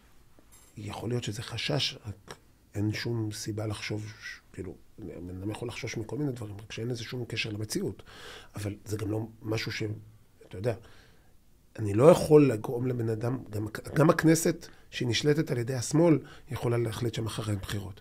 כאילו, זה לא משהו שהוא אימננטי לרפורמה המשפטית, או אימננטי לימין. נכון. גם בג"ץ, זה ממש דוגמה, יכול להחליט מחר שאין יותר בחירות. נכון. ואגב, בג"ץ במידה מסוימת, כל הזמן מחליט שאין בחירות. הוא עושה את זה כל הזמן. מונע מהבחירות לקבל. אומר איזה שרים יהיו בממשלה ואיזה שרים לא יהיו בממשלה. כן. מחליט מי יהיו חברי הכנסת שיוכלו להתמודד ומי לא יוכלו להתמודד, בניגוד לחוק. זה קורה. אז לכן אני אומר, אם כבר יש לי חשש ממישהו שיפגע בדמוקרטיות של הבחירות ספציפית, אירוע הבחירות, בג"ץ הוא המסוכן ביותר. אז לא הבחירות, הדמוקרטיה. אז אני לא יודע מה זה דמוקרטיה. מתי סוריה הייתה דמוקרטית? מתי מצרים הייתה דמוקרטית? היה תקופה קצרה מאוד שהייתה דמוקרטית, על השלטון האסלאמיסטי. כן. ל5 דקות בערך. הבנתי. כל תולדותיה. מעולם לא היו דמוקרטיות. מדינות שהוקמו כדמוקרטיות, שפעלו כדמוקרטיות. עזוב את זה שלעם היהודי יש את המסורת הדמוקרטית הכי עשירה בעולם, אבל לא נופלות לדיקטטורה. זה לא קורה. אתה לא רואה את הסכנה הזאת פה? אני לא רואה את הסכנה הזאת בכלל, בעולם, בוודאי לא בישראל. אבל כל הטענות לגביהם, עכשיו, למה הם מתכוונים כשהם אומרים זה גולש להיות לא דמוקרטיה? פירוש שהערכים שלהם לא מנצחים, זה לא דמוקרטיה. זה לא בעיה בדמוקרטיה שהערך שלך לא מנצח, זה דמוקרטיה. דמוקרטיה, לצורך העניין, אם אנחנו מדברים על הקוטב, על הכתבים של הימין והשמאל בישראל, זה לא יותר דמוקרטי או פחות דמוקרטי להיות ימני או שמאלני. זה בטח שלא. וכמובן שיש גם טענות כלפי טראמפ שהוא עלול לקחת את זה, ואין בזה מקום במצב ברור. תשים לב איכשהו, שבמקסיקו, שהשמאל החליט לפטר את כל השופטים, כי השופטים היו ימניים שמחויבים לחוקה הימנית של מקסיקו, שמרו על זכויות הקניין וכדומה. איכשהו אתה לא שומע את זעקות השבר של השמאל העולמי. אתה לא שומע. למה? כי מסתבר שלפטר את כל השופטים. לא יודע להם, אתם מפוטרים. זה בסדר, אם עושים את זה משמאל. כשביידן בא ואמר, אני הולך לשנות את בית המשפט, כי בית המשפט נתן פסק דין בעניין ההפלות, שלא חס ושלום אסר על הפלות. זה לא מה שבית המשפט העליון האמריקאי עשה. הוא בא ואמר, כל מדינה תחליט באופן דמוקרטי. בעצמה, בבחירות, אצלה, מה היא עושה? אז ביידן אמר, אני הולך לפרק את בית המשפט, אני הולך לעשות רפורמה משפטית, שהרפורמה של לוין, גם בגרסתה הכי רדיקלית, לא התקרבה לדגדג. והשמאל מחא לו כפיים. כי זה לא מעניין איש בית משפט. זה פשוט לא מעניין אותם. לא מעניין אותם דמוקרטיה. לא מעניין אותם בית משפט. לא מעניין אותם הפרדת רשויות. הנה תראה, אתמול, בקצין בצה"ל, דובר צה"ל, מדבר פוליטיקה.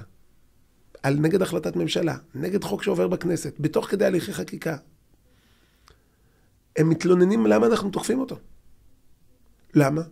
כי הוא אומר את הדברים הנכונים, אז זה לא משנה שהוא פתאום מדינת ישראל הופכת להיות בהפיכה צבאית.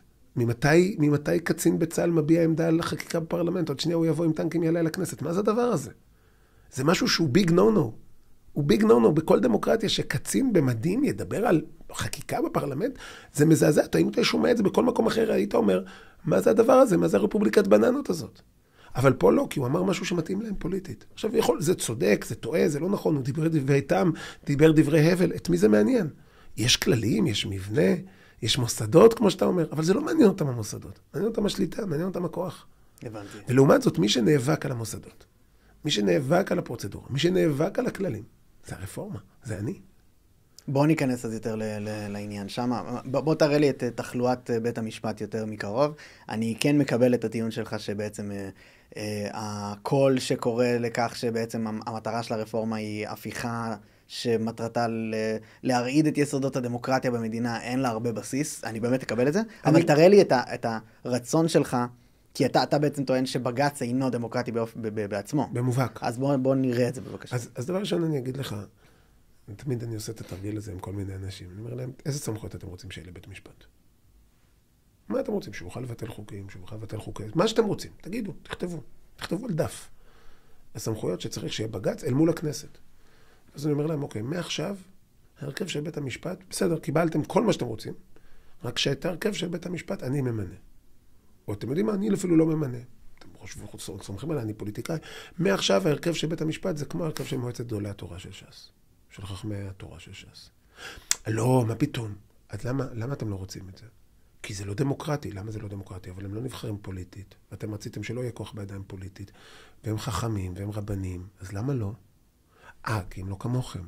כי נכון, אתם צריכים להבין שעבור רוב אזרחי מדינת ישראל, מי שיושב היום בבית המשפט העליון, הוא פחות משקף את התפיסות הבסיסיות של החיים שלהם מאשר מועצת חכמי התורה של ש"ס. פחות, לא יותר. אתם מרגישים בבית, זה כמו שיכול להיות שש"סניק היה מוכן לעשות איתי את העסקה הזאת, כי הוא אומר, בסדר, ברור, מועצת חכמי התורה, אני סומך עליהם. אתם יושבים עם מועצת גדולי התורה שלכם, עם האדמו"ר החילוני אהרון ברק, שכינוי שלא אני נתתי לו, הוא יושב ומחליט הכל, ובינכם זה טוב כי אתם סומכים עליו. ואתם לא סומכים עליי, למה? כי אני מייצג טעם. אתם סומכים עליו? כי הוא מייצג אתכם.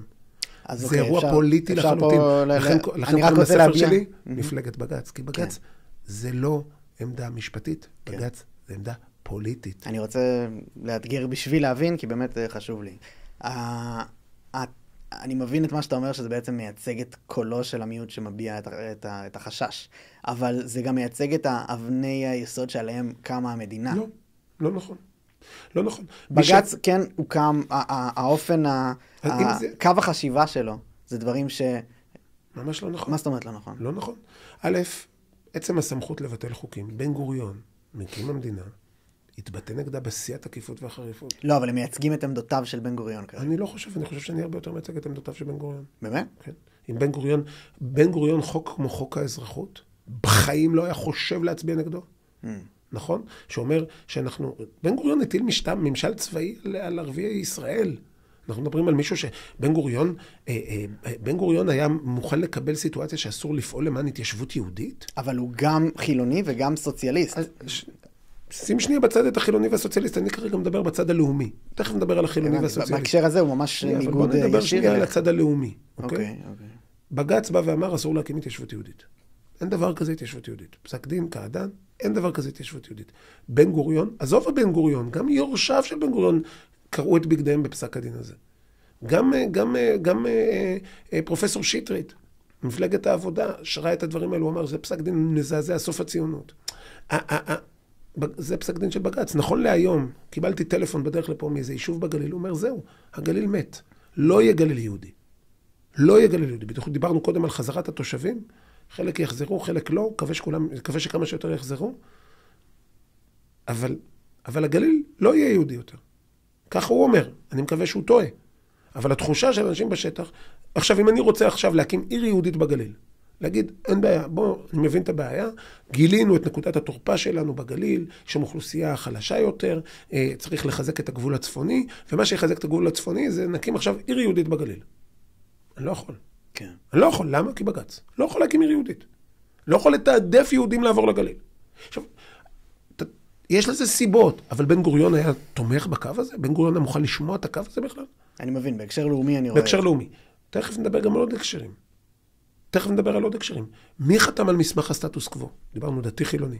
מי חתם על מסמך הסטטוס קוו? בן גוריון.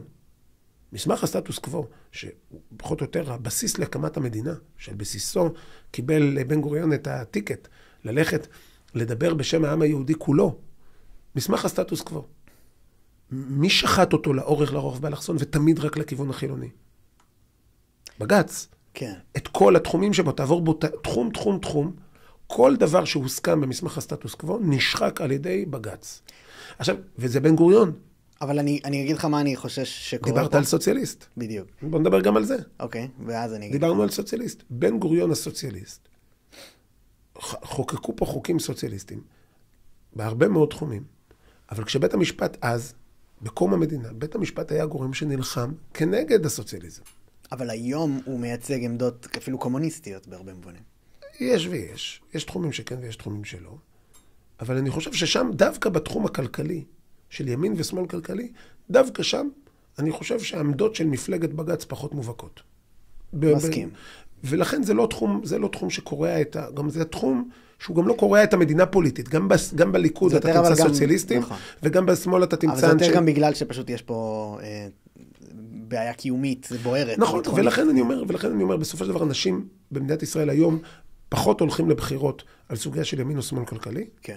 גם אם הולכים על סוגיית הכלכלה, לא על סוגיות ימין או שמאל כלכלי. נכון, אוקיי, מקבל את... ולכן ההבחנה הזאת בבג"ץ פחות רלוונטית. מקבל, אבל בסוגיות הרלוונטיות לקיומה של המדינה, כשאנחנו מדברים דת ומדינה ולאומיות, בג"ץ רחוק מאוד מהעמדות של בן גוריון, מאוד מאוד רחוק, הוא הרבה יותר דומה בעמדות שלו. בדת ומדינה? כן, כן.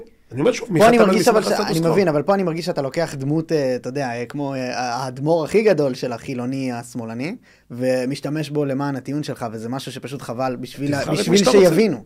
אז אני רוצה שפשוט, לי כן נשמע שהדוגמה שנתת, בוא עכשיו עם הרשימה, תרשמו את מה שאתם רוצים, ועכשיו אני שם לכם את כל רבני ש"ס כמייצגי בית המשפט העליון.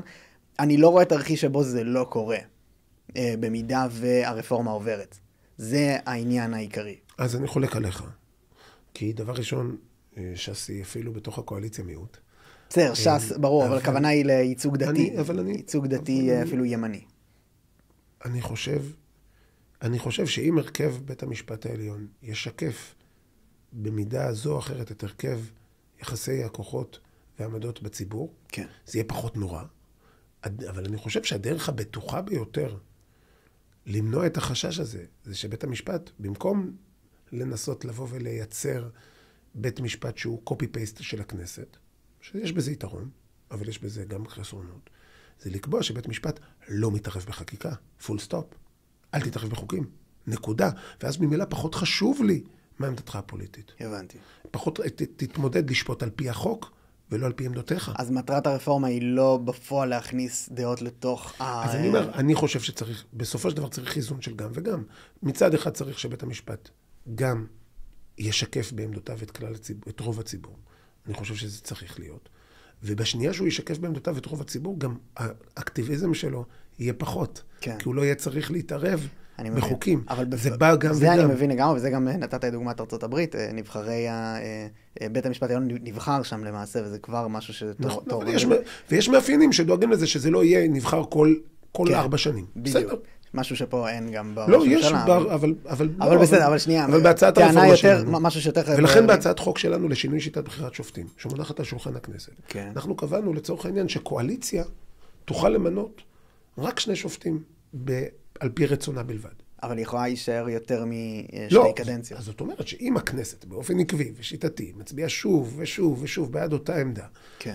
הגיוני שהעמדה הזאת תקבל יותר ביטוי בבית המשפט העליון. לא הגיוני שעמדת המיעוט תשלוט בבית המשפט העליון. זה פשוט לא הגיוני. את זה אני מבין. אבל כן חשוב לי רק שנבין מה המשמעויות של מה שקורה בעקבות הרפורמה, כי בתור חילוני ליברל, המדינה הזאת משנה את פניה לגמרי לאט לאט. לא בעקבות הרפורמה. בעקבות הדמוגרפיה, ברור, נכון. ברור. ופשוט הייתי שמח לשמוע משהו שנותן לי איזושהי תקווה. לא הבנתי, למה אני כשהייתי מיעוט, או החרדים שהם עדיין מיעוט, למה הם לא איבדו תקווה? למה הם צריכים משהו שייתן להם תקווה? איזה תקווה אתה נתת להם? התקווה היא, למה שזה יפגע בך שאתה יותר מיעוט? התפיסה שאם אתה מיעוט, ממילא אתה תיפגע. אתה צריך תקווה. למה אני לא צריך תקווה ממך? נכון להיום, הדתיים הם מיעוט עדיין במדינה. מה נותן לי תקווה? אני אשמח בכל זאת, אבל כן לשמוע משהו. אני מבין את הטענה, אני שואל, ממה אתה מפחד שאתה צריך תקווה ממנו? מכל דבר שבאמת ימנע מהאורח חיים שלי להתקיים, להיות יכול להתקיים פה, ואני חושב שיש בעיה... למה שזה יקרה? מה זאת אומרת למה? אני דתי. אתה מונע ממני היום את אורח החיים שלי בכל מיני דרכים. אני כן? כי אני דתי. ודאי. באיזה אופן? בוודאי. מה זאת אומרת? עכשיו היה צריך לעבור חוק בכנסת, שאפשר יהיה לעשות לימודים גבוהים בהפרדה. למה? כי בג"ץ והיועצת המשפטית לממשלה ועוד, באים ואומרים, אתה אדם דתי, את אישה דתייה, את רוצה ללמוד בהפרדה? אנחנו לא נותנים לך. לא תוכלי לעשות תואר שני. גם תואר ראשון היה מאבק מאוד גדול. לא תוכלי לעשות את זה. אני בן אדם רוצה, אני מאמין שצריך לשמור על חברה נפרדת, כי זו עמדתי. שוב, אני מייצג כרגע עמדה. אני אישית למדתי כמובן באוניברסיטה, מעורבת, זה לא עניין שלי אישית. אני מדבר, האחיינית החרדית שלי, בסדר? האחיינית החרדית אני מקבל את זה. רוצה ללמוד תואר שני. היא חרדית. היא רוצה ללמוד תואר שני בהפרדה. אתה כמדינה כופה עליה את התפיסה שלך, שאומרת שאסור. אתה משפיע על אורח החיים שלה, על הבחירות הקריירה שלה, מסליל אותה בצורה קיצונית. אתה אפילו לא מרגיש את הכפייה הזאת. למה? כי זה אתה, כי זה הרוב, כי אתה פריבילג. סליחה, לא אתה אישית. המדינה שאתה... אתה יכול להגיד את זה גם אליי אישית, אבל אני לא רוב. אתה פריבילג, אתה פשוט לא רואה אותה. אתה לא סופר אותה. אז אולי תיתן לה תקווה. מה דעתך לתת לה תקווה? אני חושב שזה מעולה, לתת לה תקווה. אבל עד היום אתה לא נתת לה תקווה. ולא רק שאתה לא נתת לה תקווה, אתה פחות או יותר אמרת לה, לא רק שלא נתת לה תקווה, אמרת לה, גברתי, גם אם את תהיי פה רוב, גם אם את תשכנעי את כולם, גם אם תשכנעי 90 ח"כים, להצביע בעד החוק שייתן לך את האפשרות ללמוד תואר שני מתקדם כמו שאת רוצה ומאמינה ועם היכולות שלך, אני בבג"ץ גרזן אותך ולא אתן לך. זה התקווה שאתה נותן לה היום. אתה מבין את הסיטואציה? אבל להחזיר לי, זה שיש בעיה כרגע, אנחנו מסכימים. לא. אני רק אומר, אתה לוקח אותנו למקום עם בעיה חדשה. לא, למה אני לוקח אותך בעיה חדשה? איפה, את ראית אותי מגביל אותך? במה אני מגביל אותך? אתה צריך להבין את החשש של הציבור. לא, אבל אתה מאמין, אז שוב, אנחנו מדברים על תחושת קיפוח מול קיפוח. אין בעיה. אני לא רואה משהו בלהגיד שזו תחושה כמשהו מתנשא, אבל בוא תתייחס לזה. אבל אני לא יכול להתייחס לתחושה למשהו שהוא מבוסס מציאות. אני יכול לתת מענה מציאותי. אבל אני אומר לך, אנחנו... מה אתה מפחד? בוא תגיד לי, מאיזה יש חשש... 500,000 אנשים כרגע, שעל פי משרד ההגירה, שלא נמצאים בתקופת המלחמה בישראל, ישראלים, חלקם אגרו באופן רשמי, חלקם פשוט בחופשה ארוכה, וזה לא סתם, וזה מהציבור שלי. הציבור, אתה יודע, הליברל בתל אביב. אז הם פחדו ממלחמה, הם פחדו שיגייסו אותם לצבא, ממה הם פחדו? למה הם עזבו? כי המדינה משנה את פניה. אוקיי, אז למה זה, יכול להיות שאנשים עוזבים... אין בעיה, אני רוצה, כמו שאתה אמרת מקודם, תגיד לי כמו שאמרו לך בטוויטר, שאתה נגד הציבור הזה? אני לא נגד הציבור הזה. לא, אני אומר, אמרו לך, רגע, תיתן לי שנייה, אני אשלים ואז אתה תבין. אתה נתת דוגמה בטוויטר שמישהו רשם לך, ואתה אמרת, אני שמח שאתה אומר לי בפנים, שאתה למעשה נגד הציבור שבחר בי. ציבור שבחר בך, כן. אז זה משהו שאני יכול להתמודד איתו. אני רוצה להבין, אנחנו פה מרגישים כציבור. שאני נגדך, אז בוא תגיד לי, מה עשיתי שפגע לך? לא שאתה נגדי, אלא שיש בעיה בזה שהמדינה הזאת כבר לא עומדת להיות משהו שמתאים לאדם חילוני להיות בו. למה? כי, מה יקרה? אני יכול, שוב, תקשיב, אני בן אדם מנסה רציונלי ולוגי, כן. מנסה לדבר גם על דוגמאות קונקרטיות. אני מבין. שאלתי, הבאתי לך דוגמה. אתה יכול להגיד לי, זה חשש לא מבוסס בשום צורה. נכון, אני אומר, אני אפילו לא יודע איך להתחיל להתמודד עם חשש כל כך לא מבוסס. אני אומר, אני יכול לתת לך דוגמה, והבאתי לך, אני יכול לתת לך עוד הרבה דוגמאות, איפה, כאשר הציבור הדתי, החרדי, מרגיש היום מאוים על ידי המדינה, למרות שהוא לשיטתך הרוב, ואתה מתייחס לקואליציה הזאת כאל איזשהו רוב הומוגני, שזה גם חלק מהבעיה. תגיד לי, מה אתה צוחק עליי? זה רוב הומוגני. יש לנו חרדים, יש לנו דתיים, יש לנו מסורתיים, יש לנו יושב ראש כנסת שהוא גיי, יש לנו ח"כים חרדים שחטפו מכות על זה שהם הצביעו ליושב ראש כנסת גיי. לא, ברור שיש מגוונים. אנחנו מגוונים מאוד. ברור. אבל שים שנייה את הכל במסגרת. אנחנו מבחינתך איזה המון גדול ומפחיד. לא, אני לא אומר את זה. לא אתה. העמדה שלך. לא, אבל להפך, זה לא העמדה. אני גם לא מייצג את העמדה הזאת. אז ממה אתה מפחד? ממה אותם 500,000 שאתה מדבר עליהם? ממה הם מפחדים?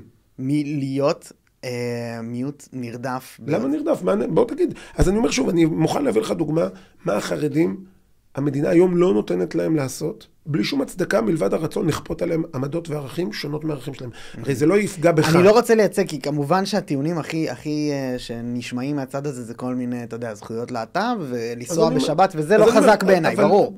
אני לא הולך לשם, אני רק רוצה... בוא תגיד לי ממה אתה כאן מפחד, אני אנסה להפר, אני מבטיח. מדינה, אני אגיד לך ממה... אני מבטיח לנסות להרגיע את הפחדים שלך, בשנייה שאני אבין אותם. אני לא מבין אותם. אז החשש העיקרי שלי, ואני לא יודע את מי אני מייצג, וזה באמת זה, אבל אני כן חושש מזה בהקשר של הכיוון שאליו המדינה הולכת.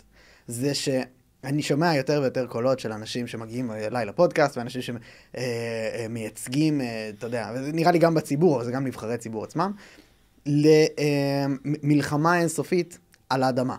אני חושב, החשש העיקרי שלי היא אדמה מעל חיי אדם. אוקיי, אז מלחמה אינסופית על אדמה. נכון להיום, הגישה שהשמאל הביא עלינו, היא מלחמה אינסופית בשביל לברוח מהאדמה. זה פחות או יותר מה שהסכם אוסלו יצר, זה מה ש... לברוח מהאדמה? כדי לברוח מהאדמה. אנחנו לא רוצים להיות ביהודה ושומרון, או בחלקים ממנה, אנחנו לא רוצים להיות בעזה, אנחנו לא רוצים להיות בלבנון, בוא נצא משם.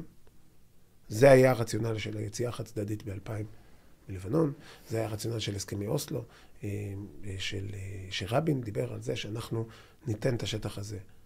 לא טוב לנו להיות שם. אנחנו לא רוצים להיות כובש, אנחנו לא רוצים להיות זה, אנחנו ניתן את השטח הזה, זהו, הערך העליון שם הוא לא אדמה. אז לא אכפת לי מה הערך העליון, אני מדבר על תיאור המציאות. הערך העליון, אני אגב טוען שהערך העליון שם הוא לא אדמה. אני אגב טוען שהערך העליון הוא לא אדמה, כי כמו שברח למישהו באמת, אנחנו לא רוצים את הוותיקן הזה. כן. של למה לא לכבוש את ירושלים במלחמת ששת הימים. הטיעונים נגד כיבוש ירושלים בששת הימים, והרצון של משה דיין מיד לתת את המפתחות של הר הבית, כי למה אני צריך את הוותיקן הזה? אני חושב שיש משהו מאוד מאוד מאיים בשטחי ארץ ישראל, לתפיסת העולם החילונית. מאוד מאוד מאיים. מה זאת אומרת? קשה להיות חילוני. כן. כשאתה צועד על המקום שצעד בו דוד המלך. לגמרי. מאוד קשה להיות חילוני. זה העניין. זה כמעט בלתי אפשרי. בדיוק. קשה להיות חילוני כשאתה מגיע למשכן שילה. קשה להיות חילוני כשאתה במערת המכפלה. זה מאוד קשה, זה כמעט בלתי אפשרי. אתה מתכוון מרוב התפעלות? לא, אוקיי. פשוט, כי כל התפיסה באה ואומרת, חבר'ה, מה שכתוב בתנ"ך זה שטויות. ואין אלוהים. ולעם ישראל הוא לא מיוחד. אז אתה מסתכל ואתה אומר, רק רגע, פה איפה שאני הסתובב בן אדם, קראו לו ישעיהו הנביא, והוא כתב לפני 2000 שנה, שאני הולך להסתובב פה, והולך ליהנות מפריחה כלכלית ולחזור לארץ אחרי גלות, מה שאף פעם אחר לא עשה. אז יכול להיות שהוא כן צדק בסוף אותו ישעיהו הנביא. יכול להיות שיש אלוהים שאמר לו את הדברים האלו, כי בן אדם רגיל לא היה יכול להגיד דבר כזה. וזה מאוד קשה להיות חילוני ככה. לגמרי. וקל יותר להיות חילוני כשאתה מסתובב בתל אביב, שבנויה לחול. אבל כשאתה עולה לירושלים, או כשאתה עולה לשילה, או כשאתה עולה לבית אל, או כשאתה עולה לחברון, או כשאתה מסתובב במקומות שהחשמונאים מסתובבו. זה מאוד קשה. זה לא פשוט.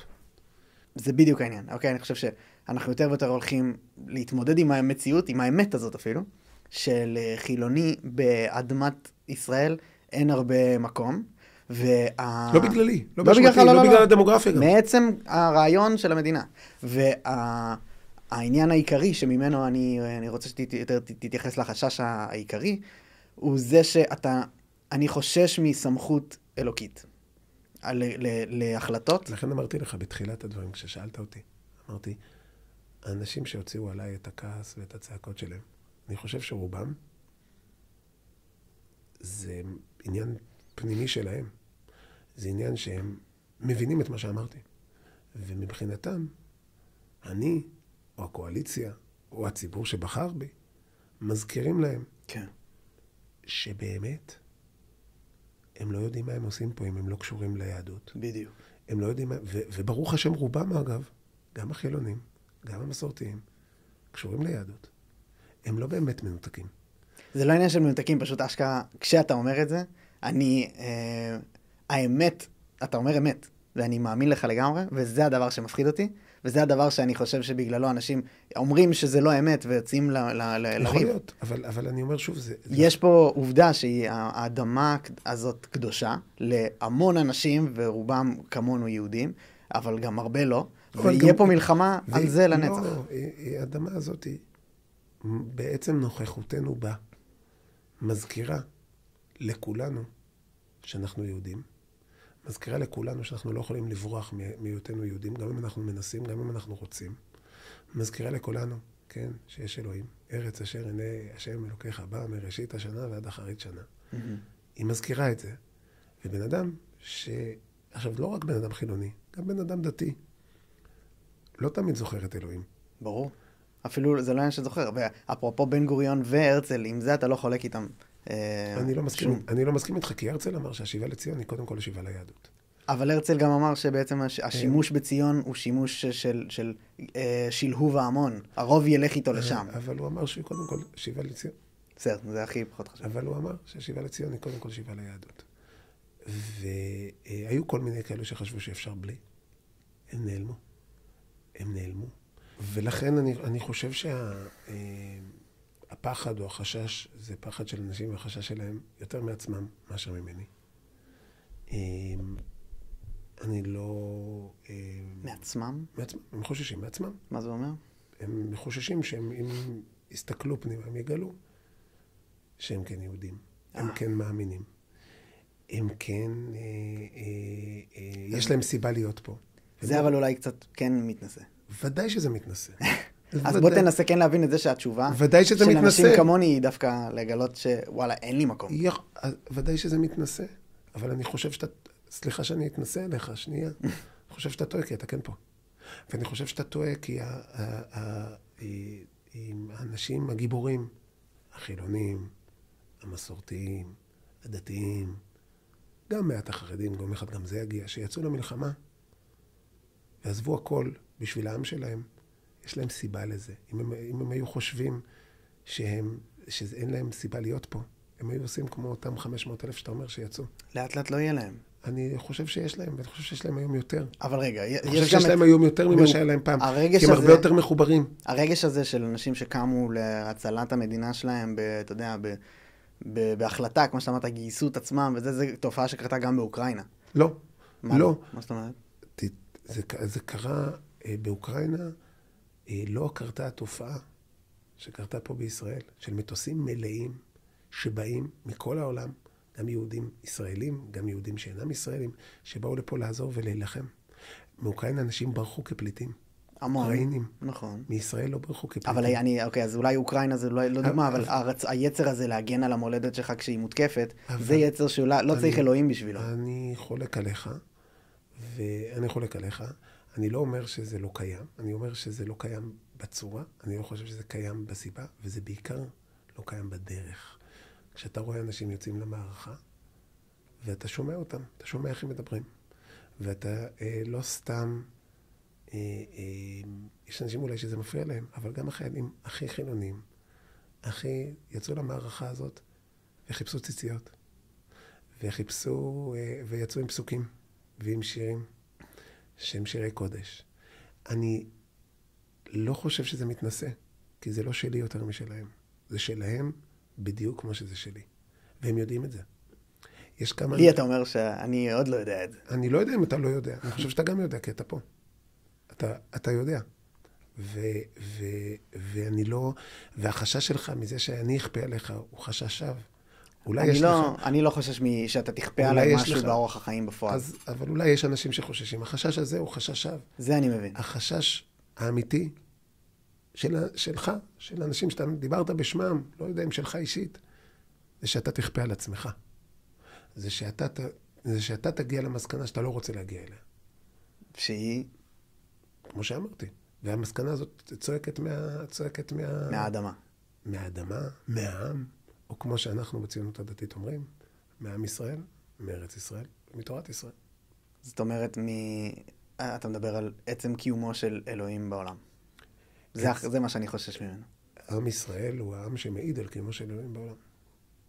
וככל שאתה מחובר יותר לעם ישראל, ככל שאתה מחובר יותר לארץ ישראל, וככל שאתה מחובר יותר לתורת ישראל, אתה יותר מעיד על קיומו של אלוהים בעולם. והאמת הבסיסית הזאת מפחידה. היא באמת מפחידה. היא לא מפחידה רק חילונים. היא מפחידה את כולם. לזה קוראים יראה. זה מפחיד. ואם יש לי את הזכות להיות זה שמאיר את התחושה הזאת, גם אם התוצאות לפעמים לא נעימות, אני רואה באיזה זכות, אני לא רואה בזה... אפשר אז רק לסיום, באופן הכי ישיר. האם אתה מאמין שהקול הזה שאני מדבר עליו של לחילונים יש פחות ופחות מקום פה? זאת אומרת, לכל מה שלא מקדש אדמה ולא מקדש אלוהים, יש לו פחות מקום, או לא כמיעוט. אני לא מדבר על זה שאתה תכבד את עצם אותו מיעוט. אני חושב... אבל הגיונית, רוחנית, בעצם הקיום שלנו פה יש כשל לוגי. אני חושב שאין דבר כזה חילוני שחי פה. זהו. אני חושב שאין. כמו שבן גוריון אמר, דיברנו על בן גוריון. בארץ ישראל, מי שלא מאמין בניסים הוא לא ריאלי. זה בן גוריון. אז כן, בן גוריון לא היה חילוני בהקשר הזה. אוקיי. אז כשאתה אומר לי של מי המדינה, או על מה המדינה מבוססת, או על מה הציונות מבוססת, אז אם הייתי חרדי, אולי הייתי אומר לך על מרידה בחילון, מרידה באלוהים. ככה חרדים רואים את זה, על מרידה בדת. לגמרי, בגלל זה הם לא מתגייסים. גם חלק מהחילונים רואים את זה, ככה. אבל אני דתי לאומי. אני יהודי מארץ ישראל. אני רואה את הציונות כחזרה אל היהדות כמו הרצל. אני רואה את הציונות כחזרה לארץ ישראל, כמו בן גוריון. ככה אני רואה את הציונות. ולכן כשאתה אומר לי, לחילוני אין מקום, אני טוען, לחילוני אף פעם לא היה מקום, כי לא היה פה חילונים. אין פה חילונים. גם היום אין פה חילונים. אוקיי. חזק. בעיניי זה המהות של כל המאבק הזה. עכשיו שאנחנו רואים סביב הרפורמה וסביב הכל. זה בעצם זה. טוב, ממש תודה, שמחה. היה כבוד גדול. תודה. תודה שערכת אותי. מקווה שאף אחד לא יפחד, או שיפחד מהדברים הנכונים, אתה יודע. או שיפחד ביראה. כן. כן, טוב, תודה רבה. תודה.